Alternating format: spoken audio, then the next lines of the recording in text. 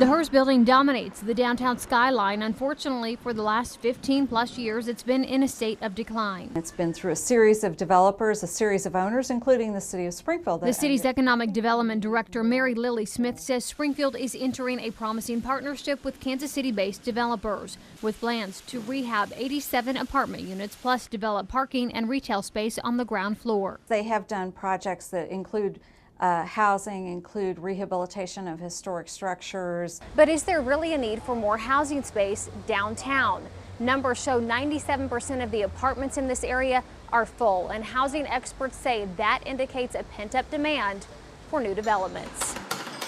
The whole city's been waiting on the Hearst Building for a long time. The Coffee Ethic is directly across the street. Tom Billions opened the place 5 years ago and says increased foot traffic would boost his business. It's really positive. The more people that live downtown, the more people that shop downtown and spend time downtown. There are no official renderings out for the project yet, but the architecture firm involved has helped with other historic housing projects, including this one, Lucas Lofts in St. Louis. The architecture downtown is part of what makes it a unique, genuine experience. And so, of course, that's important to us.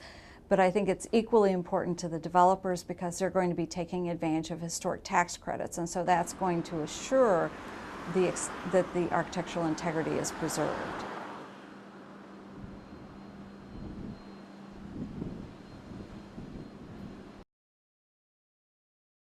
Restoring something that has the past that this does is inspiring. First opened in 1911, the Woodruff Building once stood as a strong symbol of economic progress in the Queen City, but years of neglect have left it looking lackluster at best. This is where you get the vision, is when you come up to this floor, you can see the views, and it makes perfect sense. This is the top. But a quick 200 steps up and you'll see the inspiration behind the renovation. The vibrancy that it can bring back to downtown was the inspiration for it. Developer Tim Roth says plans include 96 high-end finished apartments with a concierge, coffee shop, restaurant, pool and theater on the first floor. The whole building will be restored to a mid-century modern aesthetic.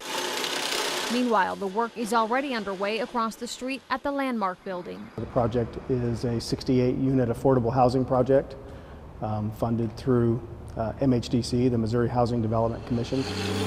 The mid-rise first started out as the Frisco Railroad office, and the name will return when it opens for tenants in 2014. Developers say the fact that there are already so many people living in apartment units in and around downtown is in part what convinced them to take the risk. Not to mention the view. We had 97% occupancy in our loft housing, which the occupancy rate has grown every year. Rusty Worley runs the Urban Districts Alliance and points out the area grew from 50 renovated apartments to more than 500 in the last 10 years, as young professionals and empty nesters continue to flock downtown for the urban feel. I feel there's a need for downtown to have a nice diverse mix of people living down here, and I think that the more of that we get, the more we'll see the vibrancy of downtown grow as well.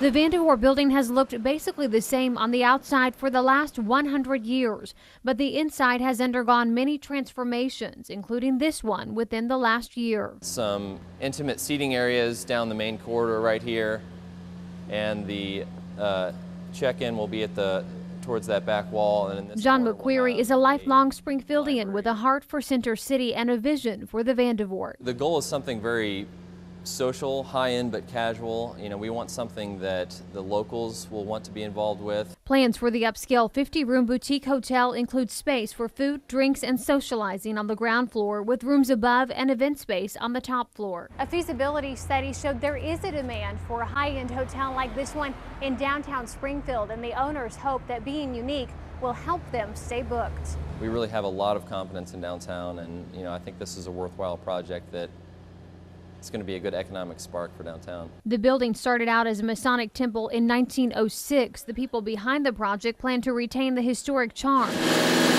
while adding some up-to-date touches, starting with an addition. It'll be very modern architecture, and then we'll move into the inside of the historic building. A combination of the old and new, meant as a gateway to everything downtown has to offer.